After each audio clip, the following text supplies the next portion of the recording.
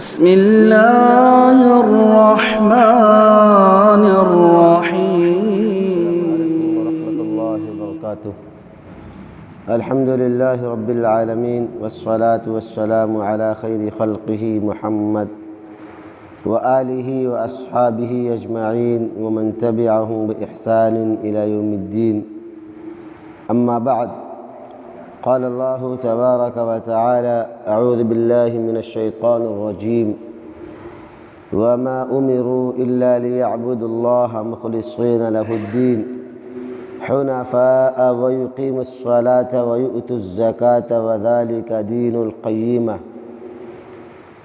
سامعین کرام، اللہ سبحانہ تعالی سورہ بینہ کی اس آیت کریمہ کے اندر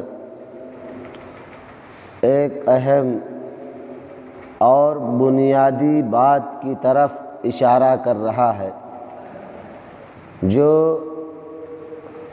ہماری زندگی میں بہت ہی اہم اور کارگر ہے۔ اس کے بغیر نہ تو ہمارے عملوں کا یا ہماری محنتوں کا کوئی اعتبار، کوئی وقعت، کوئی قیمت نہیں ہے۔ اللہ سبحانہ تعالی اس آیت کریمہ میں اخلاص کی ترغیب دی ہے، اخلاص کی طرف رہنمائی کی ہے۔ اس کے بعد والی جو آیات ہیں جس میں اللہ سبحانہ تعالی جو اہل ایمان ہیں ان کا مقام کیا ہے، ان کا بدلہ کیا ہے، اور جو اہل کفر ہیں ان کا انجام اور ان کا بدلہ کیا ہے، اس لیے کہ ان سے پہلے کی آیات میں اللہ سبحانہ تعالی یہ واضح کر چکا ہے کہ نبی صلی اللہ علیہ وسلم کی آمد سے قبل یہ سارے کے سارے اکٹھا اور متحد تھے نبی صلی اللہ علیہ وسلم کو بلانے میں، لیکن جب نبی کی بعثت ہو جاتی ہے، آپ کی آمد ہو جاتی ہے، تو ان کے یہاں اختلاف ہو جاتا ہے۔ اختلاف اس صورت میں کہ بعض لوگ آپ کی باتوں کو ماننے لگتے ہیں اور بعض آپ کی بات ماننے سے اور آپ کی اختلاف کرنے پر آمادہ ہو جاتے ہیں، بات بھی نہیں مانتے اور بات نہ ماننے کی صورت میں اختلاف پر اور آپ پر دشمنی سے آمادہ ہو جاتے ہیں۔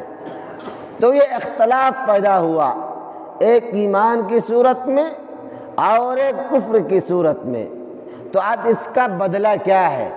جو ایمان لے آئے ان کا بدلہ کیا ہے، اور جو ایمان تو نہیں لائے اپنے کفر پر باقی رہے، لیکن کفر پر باقی رہنے کے ساتھ ساتھ یہ سارے کے سارے آپ سے دشمنی اور عداوت پر مصر رہے، آپ کو تکلیفیں پہنچاتے رہے۔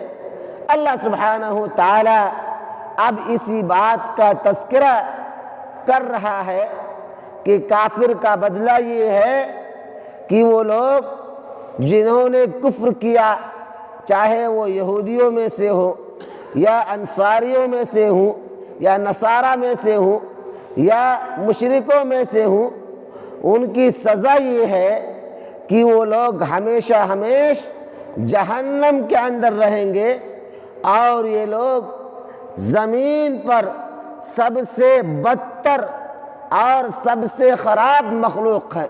اللہ سبحانہ تعالیٰ فرماتا ہے: ان الذین کفروا من اہل الکتاب والمشرکین فی نار جہنم خالدین فیہا اولئک ہم شر البریہ۔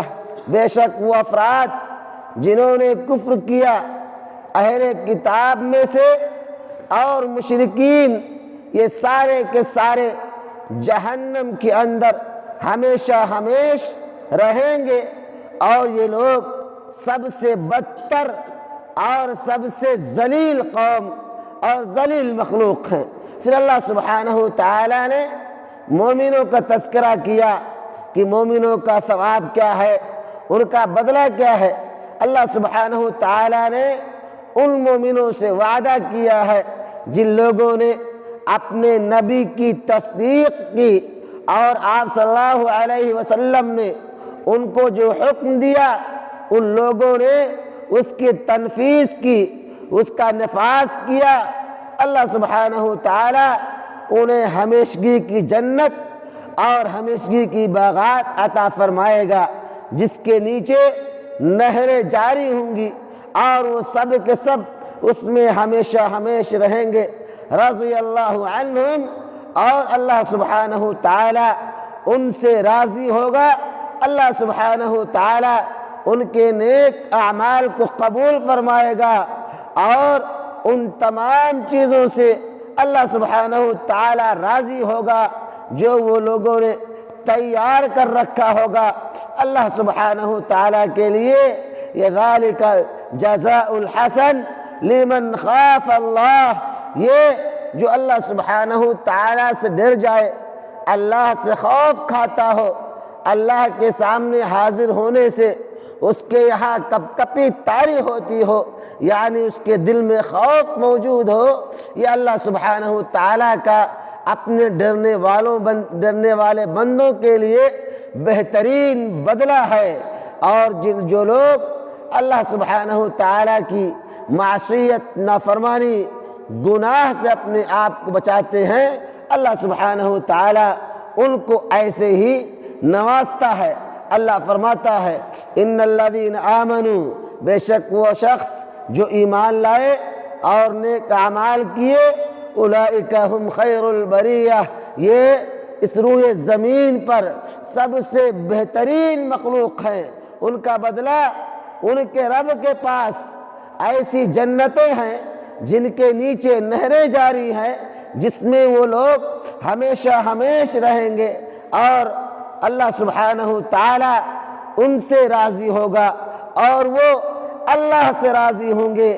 یہ بدلہ اس چیز کا ہوگا کہ یہ لوگ اپنے رب سے ڈر گئے، اپنے رب سے خوف کھا گئے۔ اللہ سبحانہ تعالیٰ نے اس آیت کریمہ کے اندر یا سورہ بینہ کی ان تمام آیات کے اندر کافروں کا، اہل کتاب کا، مشرکین کا، اور آخر میں چل کر اللہ سبحانہ تعالیٰ اپنے ماننے والوں کا تذکرہ کیا اور ہر ایک کی کیٹیگری اور ان کے درجات کو الگ کیا کہ اللہ کے نہ ماننے والے ان کا انجام کیا ہوگا، اللہ کی نافرمانی کرنے والے ان کا انجام کیا ہوگا، اور وہ لوگ جو اللہ کو مانتے ہیں، اللہ پر ایمان لاتے ہیں، ان کا انجام کیا ہوگا۔ اللہ سبحانہ تعالیٰ نے ان تمام چیزوں کا ذکر کیا۔ اس سورت سے کچھ بنیادی باتیں ہمیں اور آپ کو معلوم پڑتی ہیں۔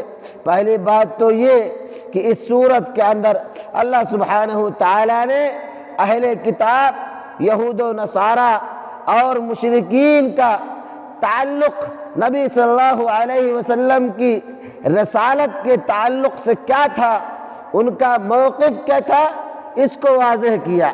پہلے یہود و نصارہ مشرکین یہ چاہتے تھے کہ کوئی نبی آئے، لیکن جب نبی آ گیا تو وہ سارے کے سارے انکار کرنے پر، آپ صلی اللہ علیہ وسلم کی تکذیب اور آپ کو نہ ماننے پر مصر ہو گئے۔ تو اس سے اس بات کا پتہ چلتا ہے۔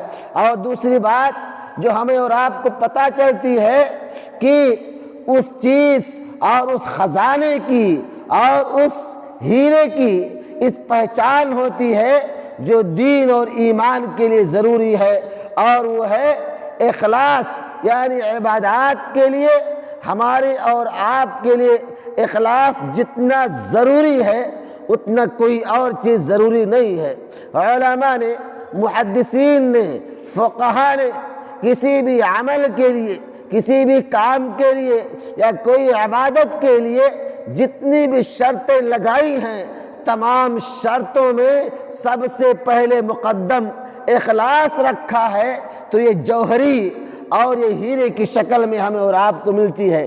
اسی طریقے سے اللہ سبحانہ تعالیٰ اس سورت کے اندر اس بات کی وضاحت کھلے طور پر کرتا ہے کہ جو کفار ہیں، جو مشرکین ہیں اور جو مجرم ہیں، بدبخت ہیں، وہ اس کائنات کے بدترین افراد ہیں۔ اور اس بات کی اللہ سبحانہ تعالیٰ نے کھلے لفظوں میں اس بات کی طرف بھی اشارہ کر دیا، یہ اعلان کر دیا کہ جو مومن ہیں، متقی پرہیزگار ہیں، سعید خوشبخت لوگ ہیں، وہ اس زمین کے لیے سب سے بہتر ہیں۔ اس لیے کہ نبی صلی اللہ علیہ وسلم کی بعثت ایک اہم اور ایک ضروری کام کے لیے ہوئی، وہ یہ تھا کہ آپ صلی اللہ علیہ وسلم کی بعثت کا مقصد یہ تھا کہ جو لوگ راہ راست سے بھٹک گئے تھے، جو لوگ کفر کے راستے پر چل پڑے تھے، جن کے یہاں ضلالت، جن کے یہاں اختلاف پیدا ہو گیا تھا، اللہ سبحانہ تعالیٰ نے نبی کو بھیجا تاکہ یہ لوگ راہ راست پر آ جائیں۔ تو ان میں سے بعض لوگ آپ کی بعثت پر ایمان لائے اور بعض ایسے تھے جن لوگوں نے تکبر کی وجہ سے اور انکار کی وجہ سے آپ صلی اللہ علیہ وسلم کی باتوں کو اور آپ کی ذات کو تصدیق کرنے سے منع کر دیا۔ تو جو لوگ، جن لوگوں نے کفر کیا باوجود اس کے کہ ان کے پاس علم تھا، ان کے پاس جانکاری تھی، اپنی جانکاری کے باوجود ان لوگوں نے عمل نہیں کیا، تو اس دنیا کے اندر بدترین مخلوق قرار پائے۔ اور وہ لوگ جو ایمان لائے، عمل صالح کیے، وہ اس روئے زمین پر بہترین قوم، بہترین مخلوق قرار پائے۔ اللہ سبحانہ تعالیٰ اسی طریقے سے لوگوں کے اعمال کے اعتبار سے، ان کی قبولیت کے اعتبار سے، خلوص کے اعتبار سے جزا اور بدلے کو دیتا رہتا ہے۔ جزا میں اللہ سبحانہ تعالیٰ اختلاف کرتا رہتا ہے۔ اللہ سبحانہ تعالیٰ سے دعا ہے کہ مولا ہم تمام مسلمانوں کو قرآن سے رشتہ جوڑنے کی توفیق عطا فرما۔ الہ العالمین، سورتوں کے ذریعے سے یا آیتوں کی تفسیر اور تشریح کے ذریعے سے جو جانکاری ہمیں ملتی ہے، ہمیں اس پر عمل کرنے کی توفیق عطا فرما۔ الہ العالمین، ہم تمام مسلمانوں کو قرآن میں تدبر و تفکر کرنے کی توفیق عطا فرما۔ آمین۔ السلام علیکم ورحمۃ اللہ وبرکاتہ۔